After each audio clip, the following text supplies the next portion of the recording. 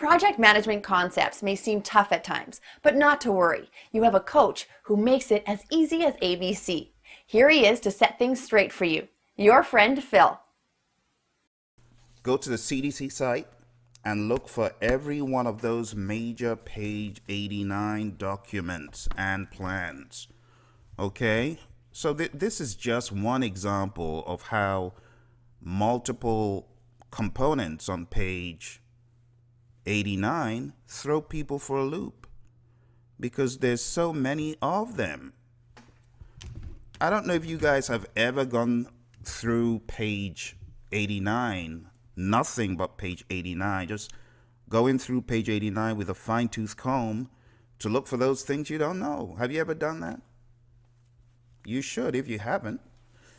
And that's what we're going to do now. We're going to take a look at page 89. So if you got your electronic copy, just go there. Now let's get page 89 out of the way once and for all. I'm just going to give you a one-liner for each one of those before I hop off here. Okay, so let's take a look at page 89. The infamous page 89. Now, you know I'm not here for the project management plan components. That's a different discussion. I'm here for those pesky project documents. And really what I want to find out from you is, have you done your project documents study? Because from number 1 all the way to number 33, you can see there are different project documents. The question is, have you done what you should to know where those are from? So I want to challenge you. Open up your PMP guide if you got a second. If you're at work and your boss is looking over your shoulder, it might be a bad idea to do this lesson right now. But hey, if you got some time, I want to challenge you to preempt what I'm going to say for each one of these. So let's go. Number 1, activity attributes. Let's have it. Tell me, what exactly is an activity attribute? Where is it from? Do you know? You should know. If you don't know, I get concerned, you see, when people tell me, oh, I'm getting ready for the PMP exam, but I'm not really familiar with project documents. I'm like, what? Which planet are you from? Are you from the world of the PMI? Or this stuff is important. Page 89. Take a look, folks. Think about it. Think about it. Think about it. There are many ways your gaps can be unearthed on the exam. Many ways. And one of the favorite ways of these examiners is, oh, page 89 never fails. It's got 18 project management plan components, and it's got 33 project documents. 33 plus 18 is 51. My goodness. So just on page 89 alone, it is possible for a sadist of an examiner to prepare an evil concoction here. For those that don't know, now if you do know, you're going to be like, so what? No big deal. I know page 89. I know where all those are from. I know where those are going. I know what they're used for. You see what I'm saying, folks? So page 89, it will give me a lot of grief if you didn't tell me what activity attributes is. Did you just tell me? Because I just asked you. We're having a conversation, right? Okay, well, let me define each one of these for you because I'm assuming some folks may not really know what these are. Why don't we settle this once and for all in chat? So if you're studying for the exam, I want to challenge you. Come on, chat. Talk to your buddy Phil. Tell me what these are. Let's have a mental exercise where we do this thing. All right? I want to challenge you. Let me give you a little bit of on-the-spot mentoring today. Are you ready? Type it into chat. If you're listening right now, you need to hit refresh before you see chat because I just activated it.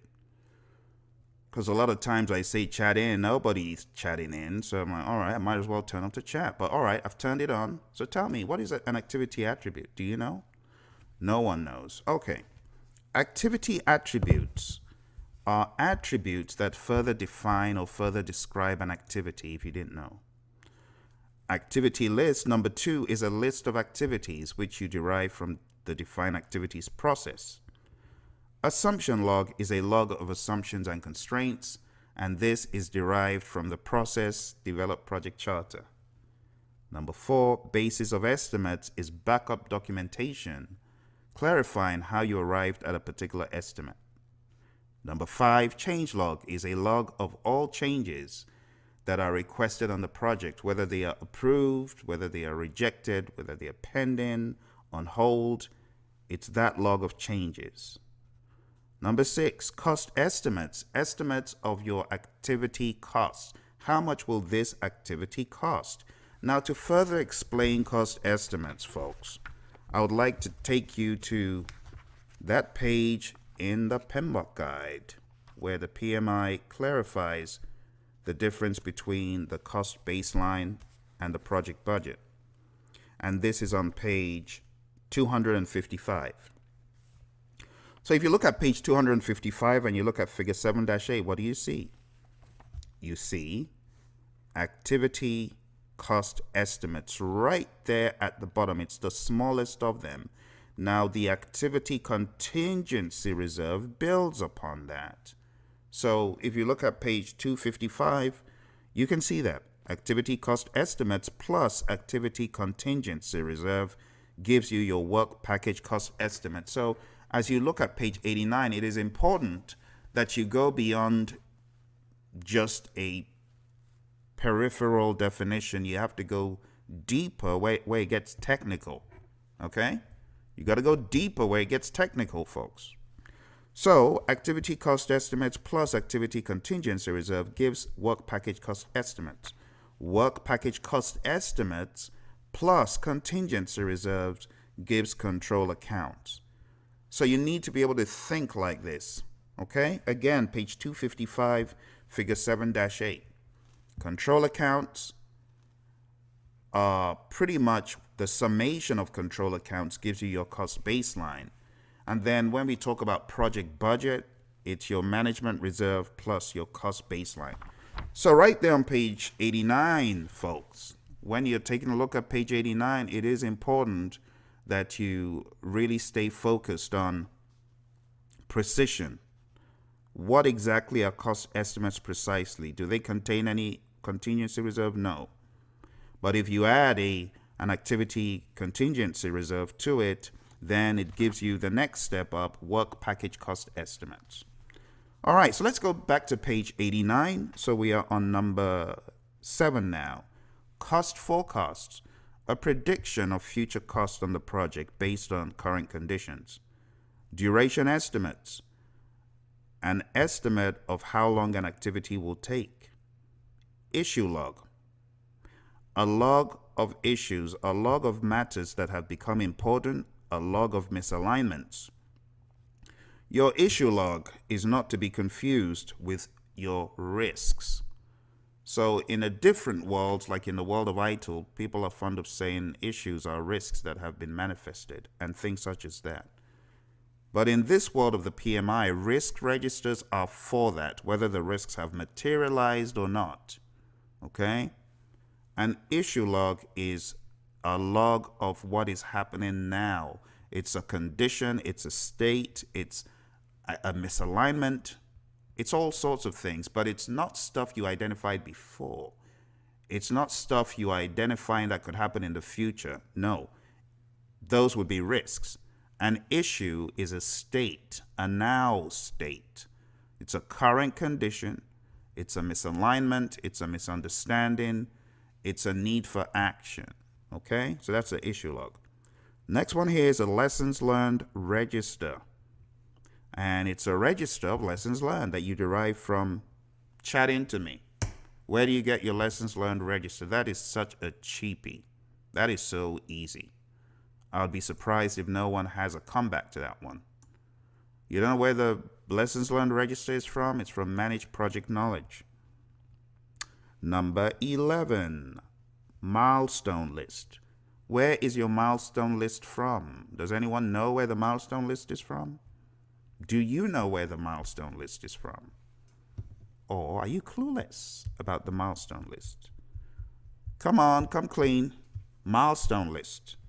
The milestone list is from defined activities.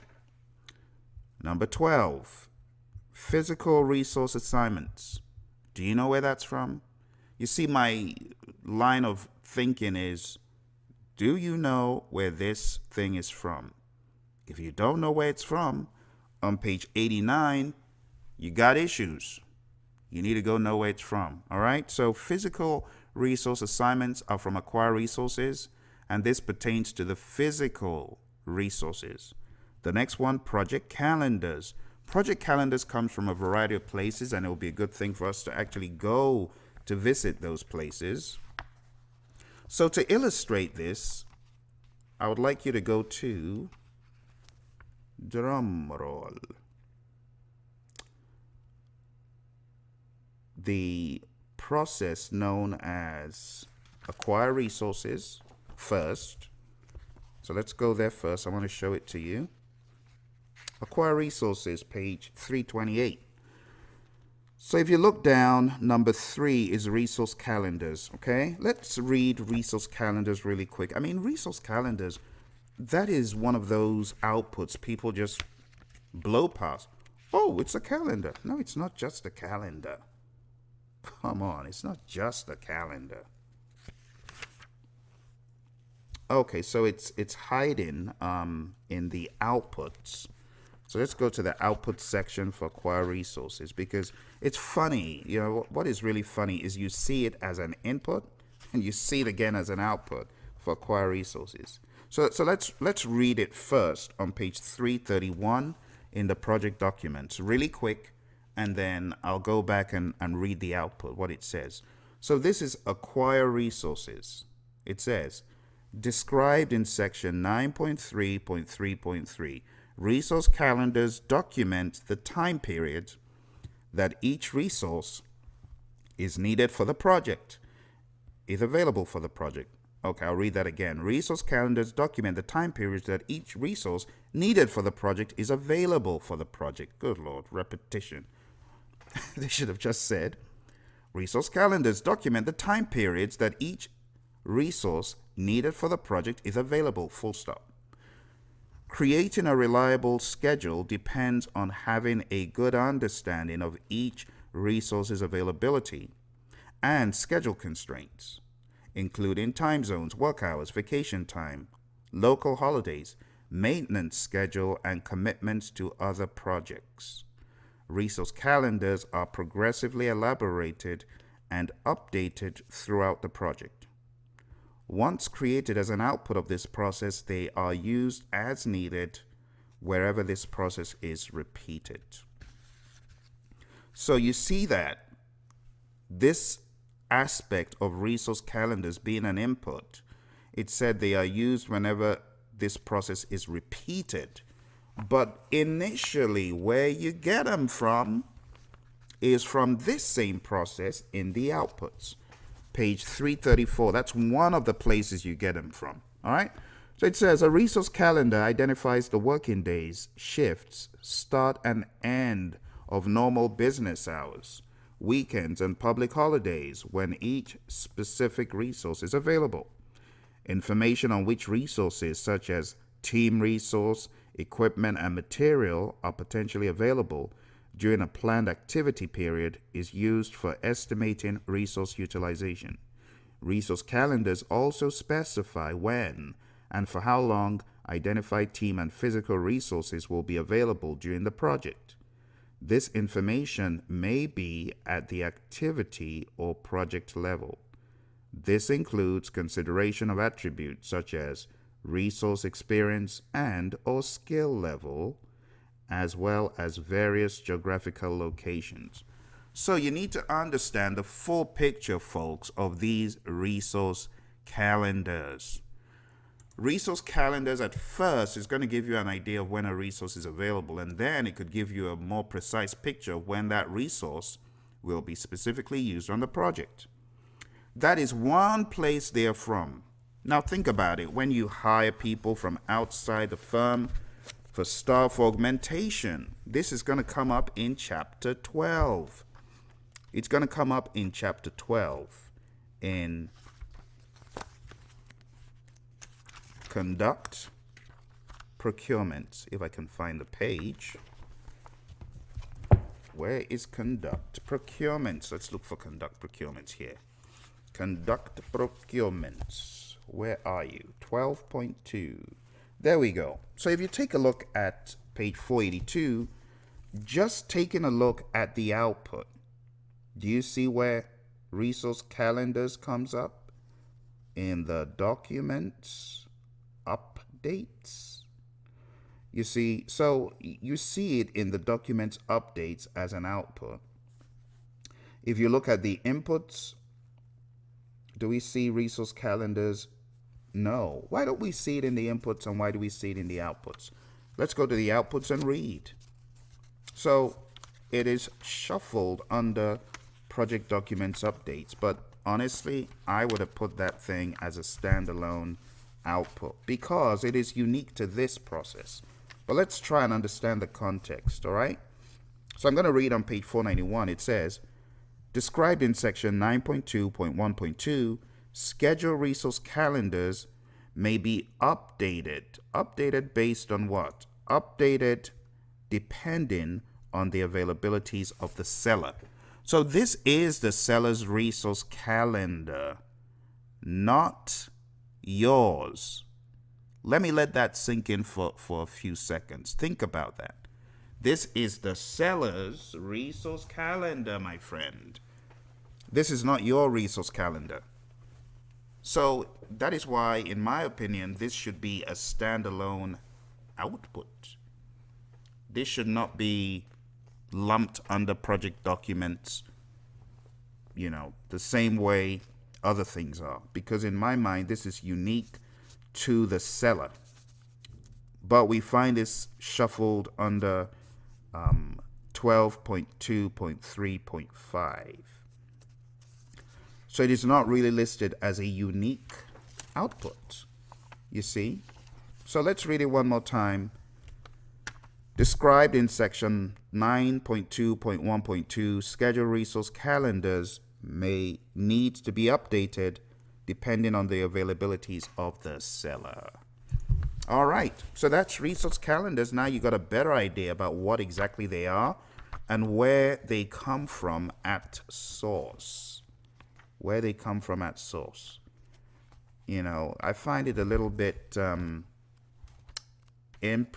imprecise to just list them off as project documents. You know, project documents updates, especially where the procurements are concerned. All right, let's go back to page 89. Do me a favor, I don't want to waste time. Chat into me which items on page 89 do you want us to talk about? Are there any particular items you want us to discuss? If they are, let me know. If they're not, then we're going to leave them alone. I think we're halfway now. So we got, what do we have left? We got to resource. How do we get to resource calendars? Oh, we were on project calendars and I made that jump. We should actually go back to project calendars. So we're going to go back to project calendars. But tell me, is there anything in particular you would like me to further explain?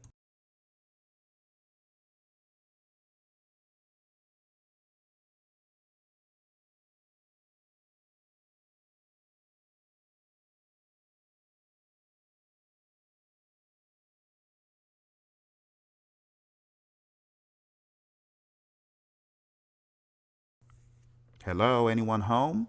Seems like there's no one home. Okay.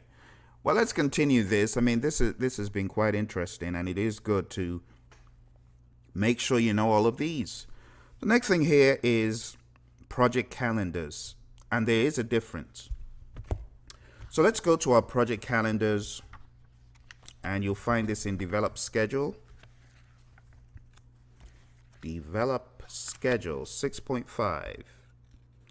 Project calendars, number 4, the fourth output.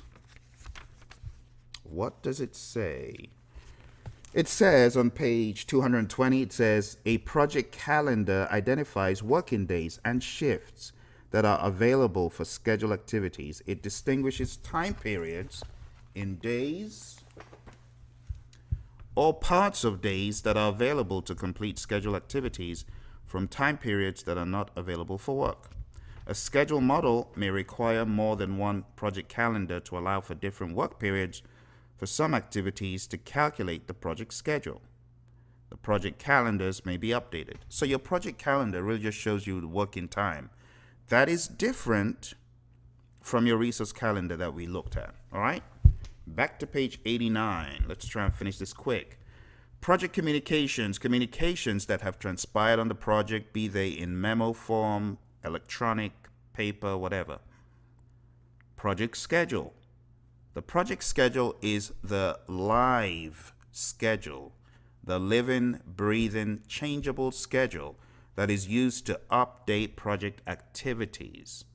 And to update the project schedule, note, I didn't say change, I said update the project schedule. You do not need permission to do that because you're updating it based on current conditions, which is normal for the project manager. Next thing here is project schedule network diagram. The project schedule network diagram is a graphical illustration of how tasks and activities are linked and what the critical path of the project will be. This is an output of the sequence activities process. Number 17, project scope statement. This is an output of defined scope. And the project scope statement is a document that captures the inclusions and exclusions of the project, as well as the detailed deliverable description and the deliverable acceptance criteria. Number 18, project team assignments, an output of acquire resources. The project team assignments, they are used to explain or illustrate where the project team members will be working within the project confines. So which particular tasks or work packages are they assigned to? Number 19, quality control measurement. So as you get deliverables and the deliverables are tested, you will get measurements based on your quality management plan for those deliverables. So those quality control measurements are measurements that relate to a deliverable, and they tell you if it is in compliance with the quality or not. And those quality control measurements are going to become a feedback loop into the managed quality process. Next thing here we have is quality metrics. So think about it. If you are making a measurement, you're making a measurement based on what? A metric. So if you're making a measurement based on a metric, of course you need to know your metrics up front. And that is why quality metrics are talked about as an output of the plan quality management process. Okay? So quality metrics are the attribute being measured. Quality control measurements are the actual measurement themselves. So you just need to remember there is a difference between a metric and a measurement. A metric, the attribute being measured. The measurement is the exact reading that you got as a result of your efforts to measure. All right, so that's it for quality control measurements and quality metrics. The next one is quality report. Quality report, let's go there. It is an output of managed quality. Well, let's read what the PMI tell us. So this quality report, in managed quality, it's more like a report at this stage that is a little bit skinny. It is not necessarily beefed up initially, but as the project progresses, it is going to be updated. Let's read it. It's here on page 296.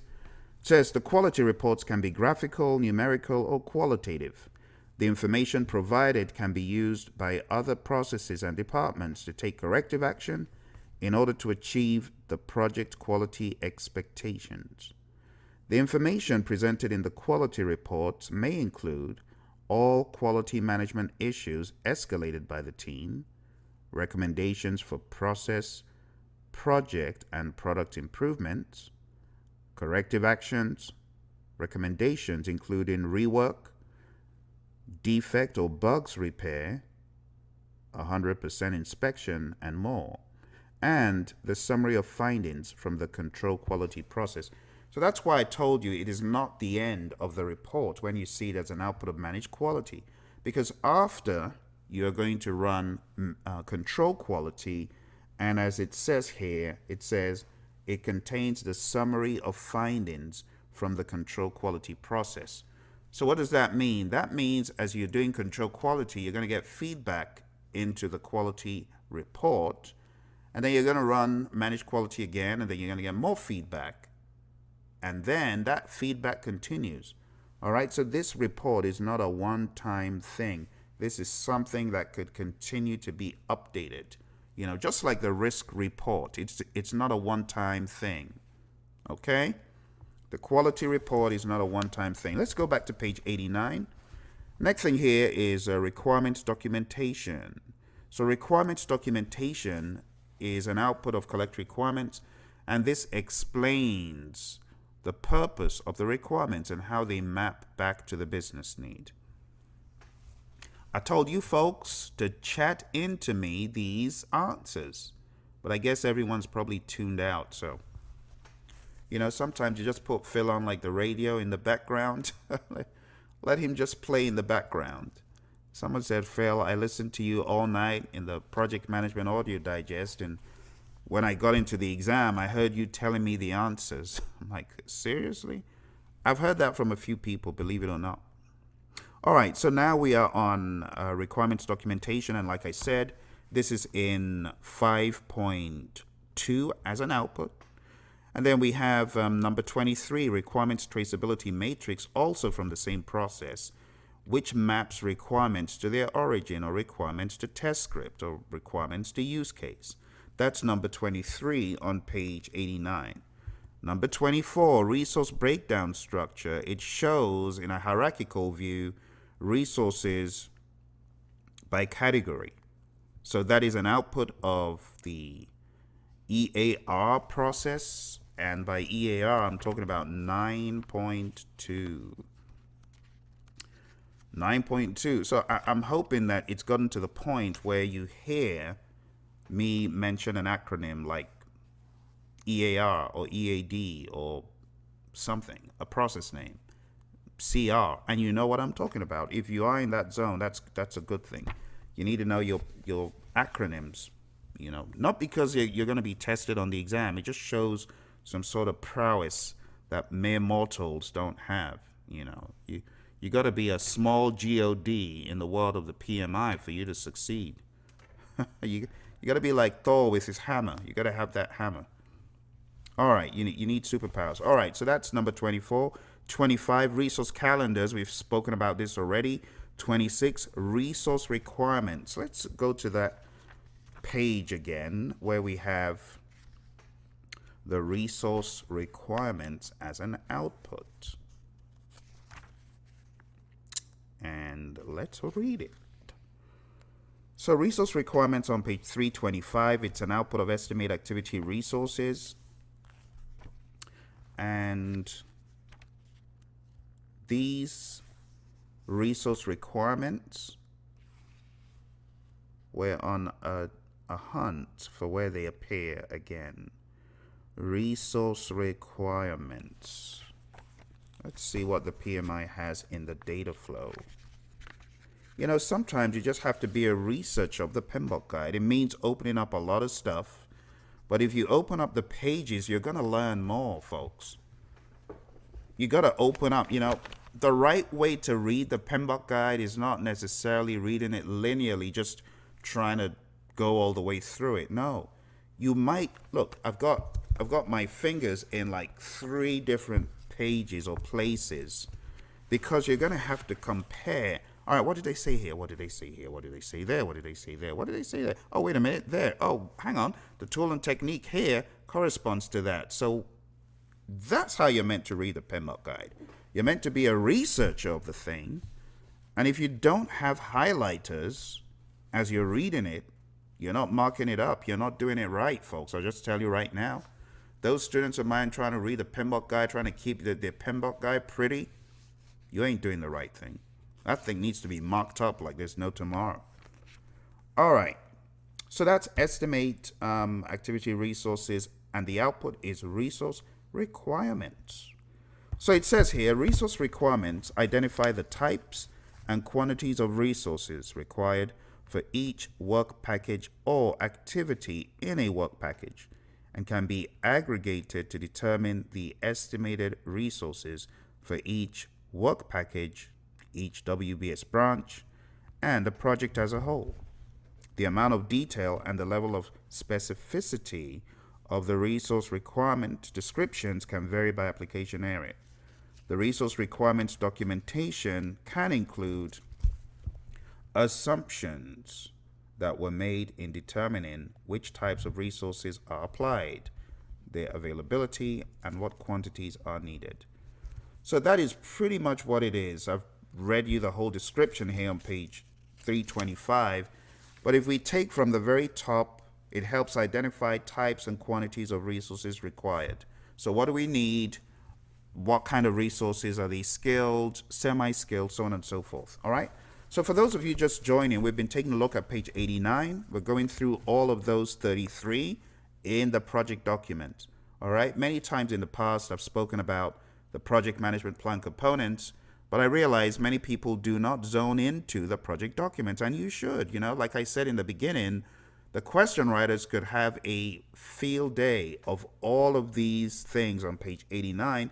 You add them up, you have 51 things that you could be tested on. So imagine if you were given 2 questions on each one. That's already half of the exam. That's a scary thought for those who don't know page 89 very well. All right. Number 27 on page 89 is a risk register. It is a log of the risks that you've identified on the project, and it describes what exactly is being done with those risks. Are you going to mitigate, accept, transfer? Who is the risk owner? Who is the risk action owner? Probability is what? Impact is what? So on and so forth. And in many firms, that's in Excel. Number 28, risk report. Another favorite that we should look at. And it's an output of when you first of all identify those risks in 11.2. So if you follow me to page 418, it says the risk report presents information on sources of overall project risk together with summary information on identified individual project risks. The risk report is developed progressively throughout the project risk management process. That doesn't read right. Isn't it funny? Sometimes I read in the PMBOK guide and you get to a place and you're like, PMI, I think we made a mistake here. So it says the risk report is developed progressively throughout the project risk project risk management is not a process. It should have said throughout the project risk management knowledge area, but it should have said is developed progressively throughout the project risk management knowledge area from identify risks to monitor risks. That would have been a better way to say it. But anyway, you get the idea. It's the 411 of risk management. What is going on? Sources of overall project risk. What are we exposed to? What are those high ticket risk items that we need to keep our eye on? So on and so forth. All right. It's very important that you don't refer to a knowledge area as a process, or refer to a process as a knowledge area, or a process as something else, what it's not. All right, number 29, scheduled data. Scheduled data is an output of developed schedule. Let's go there. There are some of these page 89 components that no one ever looks at until they find them on a test. Page 220, it says the scheduled data for the project schedule model is the collection of information for describing and controlling the schedule. The scheduled data includes at a minimum schedule milestones, schedule activities, activity attributes, and documentation of all identified assumptions and constraints. The amount of additional data varies by application area. Okay, so that's scheduled data. What next? we have 4 more project document components to talk about. So anyone who is on the call that has a question on page 89, I will happily answer your question, but you have to ask it. Or I won't know you got it. All right, let's finish this off. If you got a question, do me a favor, like I said, on that side of the screen, right there, chat into me. Do you have any questions about page 89? Or do you have any question about the PMBOK guide in general? Okay, I've got 4 more to do. If you don't ask me questions, I'm going to hop off the call. Let's go to schedule forecast. All right, schedule forecast is a forecast of what the future of the schedule will look like. Are we going to be behind schedule, ahead of schedule, on schedule, or what? Number 31, Stakeholder Register. It is a log of stakeholders, and in the Stakeholder Register, you could have descriptions of various stakeholder attributes. Let me read it really quick. It says, Stakeholder Register, page 514. The main output of the Identify Stakeholders process is the Stakeholder Register. This document includes information not limited to identification information, assessment information, and classification information. By identification information, we talk about name, position, location, contact details. By assessment information, we're talking about major requirements. You see that? A lot of people don't know major requirements are in the Stakeholder Register. Major requirements that those stakeholders may have, expectations, potential for influencing project outcomes, and the phase that the stakeholder is most influential in or has the highest impact. Stakeholder classification is the next one: internal, external, impact, influence, power, interest, upward, downward, outward, sideward, or any other classification model. You might choose the classification model of positive, negative, neutral, resist. I don't know. Just throwing out words. You see, it is totally tailorable. It depends on you. So if your organization wants to put in information about stakeholders that are neutral, negative, positive, it's fair game. It's allowed. In fact, this is mentioned in the PMBOK guide. Resistor. I was training a class and someone said, that sounds a little bit like electrical engineering. Can you explain further what a resistor is? Someone resisting the project's arrest. That is what a resistor is. Okay, let's finish this thing off. All right, do you have any questions about page 89? This is like the 3rd time I'm asking you. We got 2 more: team charter and test and evaluation documents. So let's go over to 9.1 to land this ship. And it's an output of plan resource management. Let's read it. Page 319. It says the team charter is a document that establishes the team values, agreements, and operating guidelines for the team. The team charter may include, but is not limited to, team values, communication guidelines, decision-making criteria and process, conflict resolution process, meeting guidelines, and team agreements. In other words, does the team have any guidelines to know when they're behaving well versus when they're not? Last but not least, we got test and evaluation documents. So let's go on to 8.2 and read what this is. Page 296. This is our final one. You guys have done great. Those of you who've been watching for the past, 5 hours, it's like. The funny thing, folks set off watching and they're like, oh, it's going to be the same thing. No, I just want it to sink in. But now it's kind of different because now we're looking at page 89, right? All right, it says quality reports. Oh no, I beg your pardon. Test and evaluation documents. It says test and evaluation documents can be created based on industry needs and the organization's templates. They are inputs to control quality and are used to evaluate the achievement of quality objectives. in a deliverable would have helped. So your test and evaluation documents, they're going to be used to evaluate the achievement of quality objectives either in a part of the project or in a deliverable. These documents may include dedicated checklists and detailed requirements traceability matrices as part of the document. And with that, we're done. Woo! Which other channel do you have a maniac taking you through every project document that exists in the PMBOK guide other than your buddy Phil? That's why you need to have hit the subscribe button. And that's why you need to chat in with me, because I will answer your questions right this moment. So the time right now is 10:56 in New York. When it's the top of the hour, I will be hopping off the call. So you got a question, you want to ask the question, my friends.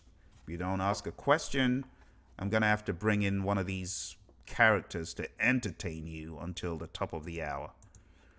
All right, let's get one of these characters to say good morning to y'all. All right, baby, do you want to say hello? Hello. I haven't woken up properly yet. Bye. All right, you don't have questions. Your buddy Phil is going to hop off the call and get on with business. You know, we've got a couple of boot camps coming up. On Saturday, we have the one-day Formula Mania boot camp. If you have not signed up for Formula Mania, my oh my, I wonder why.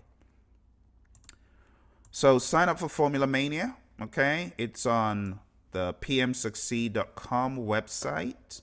If you have not signed up, it's only $99 for a full day of formula training. My oh my.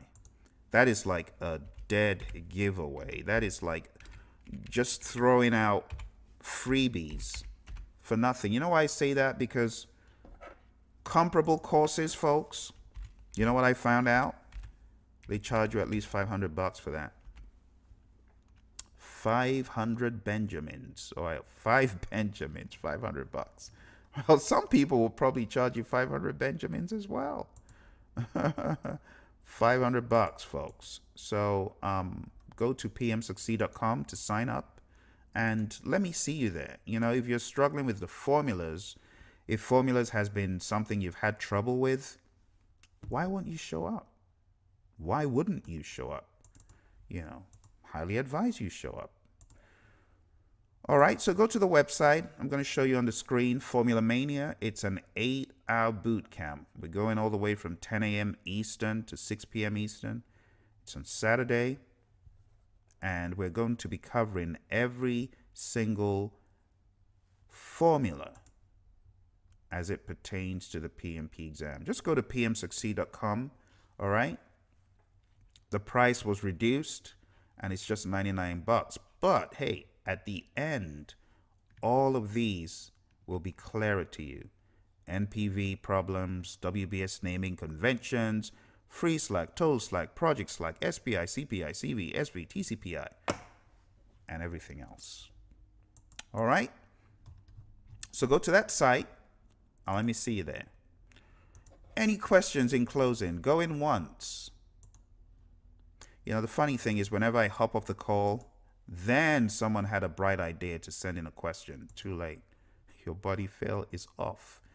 Okay, it's right now 11 on the dot Eastern. Thank you, those of you who have been for the long ride. I know it's been many hours before we got to this, but we are at the end now, and I appreciate you. Don't forget, go sign up, pmsucceed.com. I look forward to seeing you on Saturday. Bye for now.